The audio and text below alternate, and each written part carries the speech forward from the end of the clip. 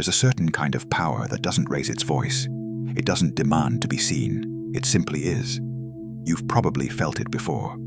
Someone walks into the room, not the loudest, not the most beautiful, but something about them changes the air. They don't chase attention. Attention drifts to them. You can't explain why. You just feel it.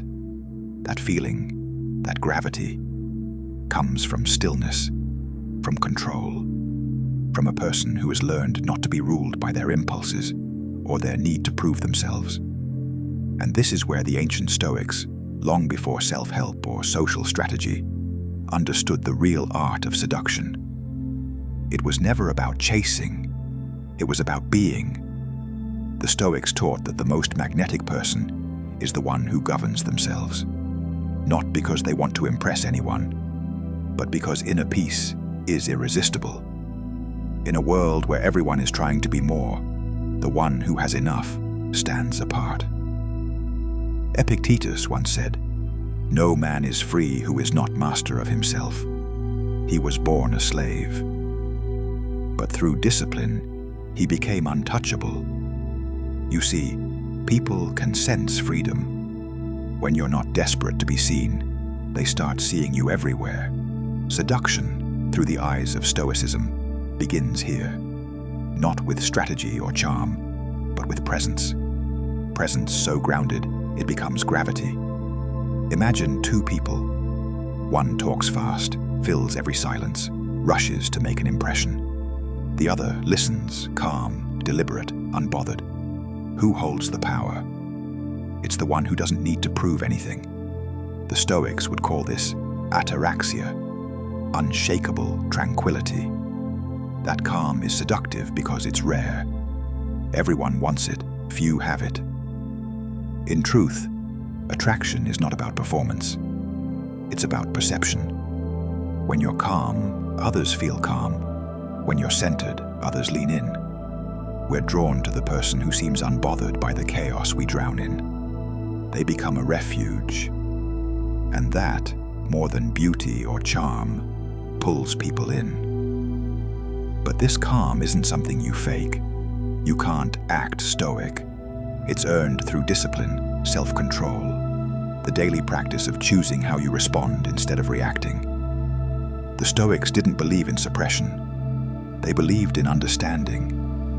You don't fight emotion, you observe it, name it, and master it. Seneca wrote, "He who is brave is free." Bravery, to the Stoics, meant facing your impulses without fear. When anger rises, you watch it instead of letting it take the throne. When desire burns, you steer it instead of letting it steer you.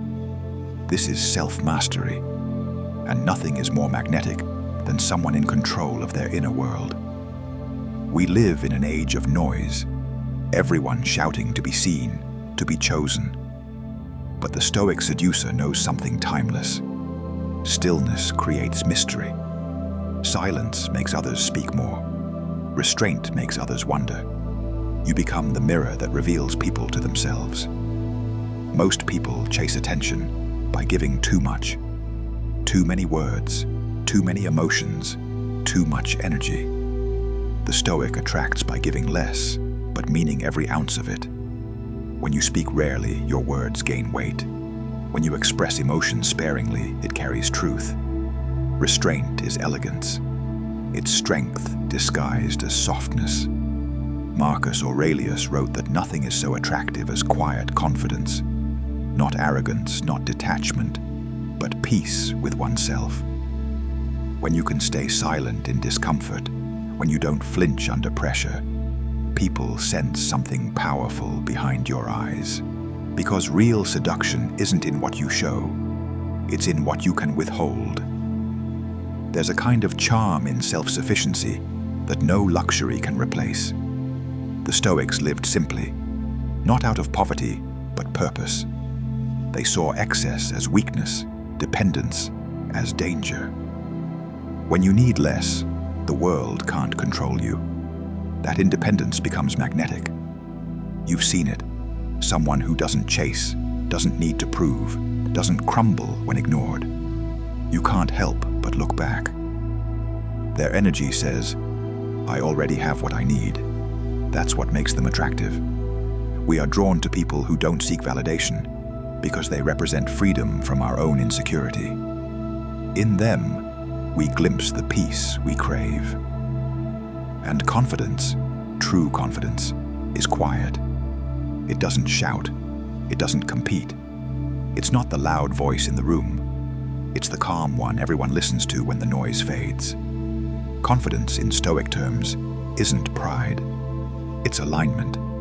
It's knowing who you are and living like it. Marcus Aurelius ruled the known world, but still wrote to himself every night, reminding himself not to be consumed by ego or praise. That's the paradox of confidence. It's strongest when humble. The man or woman who can stand without applause, without audience, holds power no crowd can give or take away. The Stoics understood that seduction begins with attention, not outward, but inward. You can't command the attention of others if you can't command your own. The person who can stay focused while the world scrolls endlessly has already separated themselves from the crowd. They are rare, and rarity is always attractive. When everyone seeks to impress, to talk, to explain, be the one who listens deeply. Not the kind of listening where you wait for your turn to speak, but the kind where silence feels safe. To listen well is to make someone feel understood, and that feeling is unforgettable. The Stoics didn't listen to win, they listened to see. When you pay full attention to someone, you give them something most of the world can't: presence. And presence is the most seductive force on earth, because in a distracted world, attention is intimacy, but it doesn't stop there. True magnetism is integrity, saying what you mean and meaning what you say. The Stoics were uncompromising in honesty. They believed deceit corrupts the soul first, then the world around it. People might be entertained by charm, but they're moved by truth. Integrity builds trust, and trust builds attraction that lasts. You don't have to be perfect. You just have to be real, consistent, grounded. When others can sense that your peace doesn't depend on their approval, they feel safe around you, and that safety becomes seduction. In Stoicism, even desire was something to be mastered, not feared. Epictetus didn't condemn love or passion, he taught moderation. The Stoic does not deny attraction, they refine it. They let passion exist, but not consume. There's a reason the person who desires you calmly, without desperation, feels more powerful than the one who pleads for attention. Controlled desire radiates strength. It says, I want you, but I don't need you. And that freedom pulls stronger than any compliment or promise ever could. Because what we truly crave is not ownership, but connection with something unbreakable. The Stoic flame burns steadily, not wildly. It doesn't blind, it warms. That's why it lasts. And this is where mystery is born, not from hiding, but from depth. When you stop performing and start living truthfully, your silence becomes intriguing. You don't have to be distant, you just have to be real. Most people reveal everything too soon because they fear being forgotten. But those who can wait, who can reveal themselves slowly, who understand that not all light must be seen at once, they hold the gaze longer. The Stoics understood that mystery is not an act, it's a consequence of self-possession. The world is drawn to what it cannot easily read. When you no longer live to explain yourself, you become interesting. And at the heart of all this, love. But not the needy kind that consumes, the Stoic kind that strengthens. Stoic love is quiet, deliberate, and whole. It doesn't say, I need you to complete me. It says, I've completed myself, and I want to share that peace. That's why Stoic love feels different. It's not chaotic. It's calm, but intense. It's affection without attachment, desire without dependence, passion with patience. When you can love like this, not because you're trying to own, but because you admire, people feel it deeply. Seneca once said, "To love only what happens, what was destined." No greater harmony. The Stoic does not resist the impermanence of love. They cherish it more because it ends. They know that beauty fades, people change, and moments pass. And that's precisely why they love fiercely, but without fear. Love without fear is rare, and everything rare is magnetic. In the end, what the Stoics taught is simple. Attraction is not a skill to learn, it's a state to become. When you no longer need to impress, you naturally impress. When you stop chasing, things start finding you. When you control yourself, the world feels your control. Because attraction isn't about adding, it's about removing. Removing need, removing fear, removing noise. What's left is essence, quiet, real, powerful. Epictetus said, "Don't explain your philosophy, embody it." You don't have to tell people who you are, they'll feel it. You don't need to show you're disciplined, your stillness will show it for you. You don't need to prove you're special, your peace will prove it.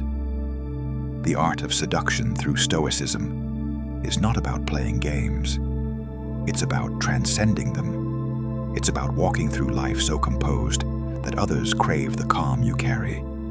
And the truth is, people are drawn to what they lack.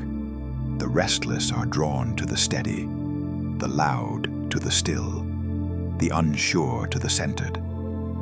When you master yourself, you stop chasing love, approval, or success, because you become the kind of person these things naturally move toward. So be that. Be the calm in the noise. Be the one who listens when others shout. Be the stillness that steadies the storm.